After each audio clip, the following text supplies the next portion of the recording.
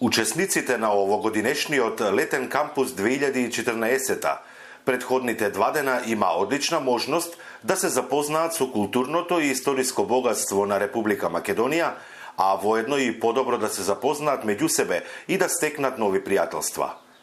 Како дел од дводневна организирана тура, учесниците ја посетија Битола, но и бисерот на Балканот Охрид, каде на неформален ручек присуствуваа деканот на Војната академија генерал Михајло Апостолски во Скопје, полковник доктор Орце Поповски, амбасадорот на Обединетото кралство во Тирана Николас Канон, како и одбранбените аташеи на оваа земја во Скопје, Белград и Сараево.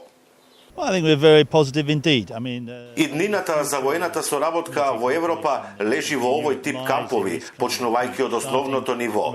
Тука имате кадети кои работат заедно, тренираат заедно и меѓусебно си ги запознаваат воените системи. Информиран сум дека станува збор за одлично организирана вежба, фокусирана на круцијални елементи во областа на воената едукација. Многу сме благодарни на Министерството за одбрана, вооружените сили и Воената академија што го овозможија сето ова, истакна амбасадорот Канон, кој присуствуваше на културната тура во својство на поранешен кадет на Кембридж. Војното аташе на Обединетото кралство во Босна и Херцеговина, подполковник Роб Томлинсон додаде: секоја армија може да ги тренира своите кадети на свој начин, но секоја идна операција ќе инволвира повеќе армии.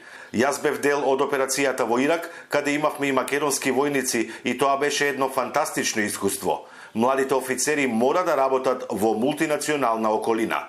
Тоа е патот напред.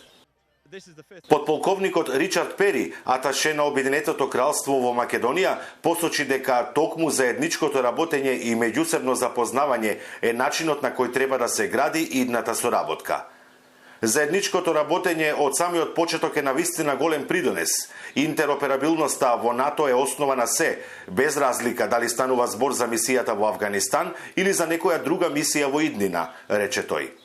Летниот кампус 2014 година, кој се одржува во периодот од 10 до 20 јуни оваа година во Центарот за обука Пепелиште и на армискиот полигон Криволак, продолжува со реализација на планираните активности, кои оваа недела опфаќаат практична обука, но и медија тренинг, организиран од регионалниот центар за односи со јавноста во Министерството за одбрана, кој е 26-тиот партнерски центар за тренинг и едукација на НАТО алијансата.